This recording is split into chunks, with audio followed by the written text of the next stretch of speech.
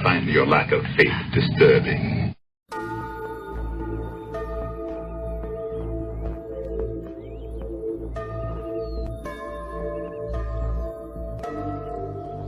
What is going on, everybody? It is Devin with UPTV, and today I just wanted to talk with you guys about Michael Jackson's Neverland Ranch.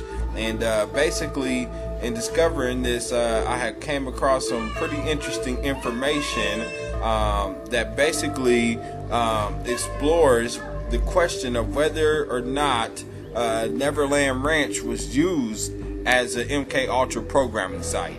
And what's very interesting about this is if you study the Illuminati and you study MK Ultra, it's very quite clear that Michael Jackson was indeed under MK Ultra.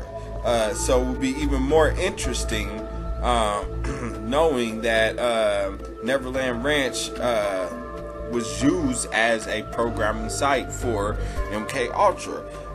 So, you know, it makes a lot of sense when you put the pieces together, when you add up the evidence. It makes a lot of sense. We know that they kept countless amounts of kids at Neverland Ranch, and there's a lot of evidence to back this up. So we're just going to discuss that today. Michael Jackson was groomed from a young age to become a puppet of the elite. His handlers not only managed his professional career, but his entire life. He was the product of a corrupt and devious system that gave him fame and fortune, yet destroyed his life and soul. The endless stream of bizarre reports about Jackson, emphasized by his off-putting appearance and demeanor, led the entire world to qualify him at best as a weirdo or at worst as a child abuser. Neverland Ranch is the physical manifestation of everything Jackson was about. Boundless creativity and a hidden, utterly disturbing dark side. A closer look at the items extracted from the ranch throughout the years tell a terrifying story about what was happening between those walls. According to a recently released police report, the ranch was filled with the shocking material that were used to groom young children into lowering themselves. This led investigators to claim that Jackson lured young children to his house to molest them. So look, if you take a closer look at the objects found at the ranch, they reveal much more than what was implied. There was a calculated approach to the madness, one that was clearly about programming children to act a specific way. This systematic process, which involves causing trauma in order to cause disassociation, is the basis of monarch mind control. Everything about the ranch reeks of monarch mind control culture, from the overall theme to the artwork to the illicit programming material. In short, Neverland Ranch was more than a creepy den for Michael Jackson. It was an elite-owned programming site. Michael Jackson was not the one running things. He was programmed to not escape Neverland, literally. Neverland Ranch was named after the fantasy island in the story of Peter Pan, the boy who never grows up. Right from its inception, the ranch was built around the theme that is extremely significant in the world of MK Ultra. Indeed, in Monarch Mind Control, Peter Pan programming is the name of an actual script used to traumatize and program children. Through trauma and torture, victims are told to disassociate to Neverland, a world of wonder and eternal youth.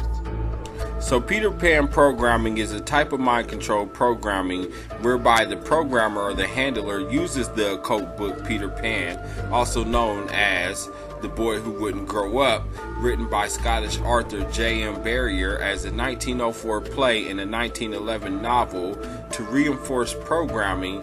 It is also part of monarch programming. During programming, victims are told to escape to Neverland while inducing disassociation from reality. Neverland is called so because once you set foot there, you can never leave. And so Peter Pan basically alludes the story of the Greek mythology of the god named Pan, which is an Arcadian god of lust and magic, who seduces man and women with his pipes Slaves who are subjected to Peter Pan programming have an alternate persona that never grows up and remains a child who is willingly abused. The mascot or identifier of Peter Pan programming is a white glove. White is the color of purity and innocence, as children are innocent and pure. Captain Hook, Peter Pan nemesis in the story, wears a hook on his right arm because Tick-Tock the crocodile ate his right hand after Peter cut it off and threw it overboard his ship. Captain Hook is the handler in this type of programming, and the glove represents his missing or unseen hand. The unseen or invisible hands of mind control programmers who manipulate monarch slaves. Michael Jackson was programmed with a Peter Pan complex. That is why his handlers built Neverland Ranch for him to live in. He was stuck at a certain age, at a certain stage of childhood, and therefore Michael related to young boys, played with them, and had sleepovers. In his mind, he was always a little boy. They did not want him to grow up. Michael was not a pedophile. The allegations were simply fabricated in order to traumatize him and make him easier to control, as his programming was breaking down and he was fighting his enslavement. They injected him with hormones as a preteen to prevent his voice from breaking. He was chemically castrated with a synthetic anti-male hormone which blocks puberty and prevents the voice from maturing. It also prevents bodily hair and the larynx from growing and affects the bones, leaving the body with a slight frame but a large chest.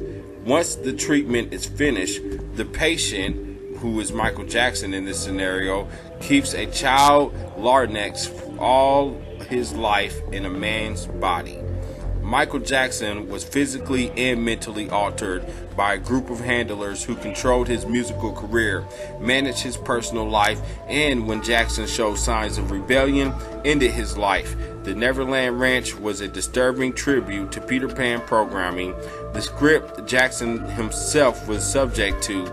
Even worse, the ranch was most likely used to program other innocent children. Packed with toys, arcade games, and even Ferris wheels, Neverland Ranch appeared to be the funnest place on earth. It was the exact opposite. In June 2016, the website Radar Online released the full police report, which I'll place a link of that in the description. In 2003, the raid of the Neverland Ranch, the documents collected by the Santa Barbara County Sheriff's Department included images of blood, gore, animal sacrifice, child torture, adult and child nudity, and female bondage. The material found in this raid was not simply a lustful nature. It was about a sick, twisted culture surrounding the abuse. Some of the images found in the ranch were actually drenched in MK symbolism, proving that this was about something bigger than implied in the news.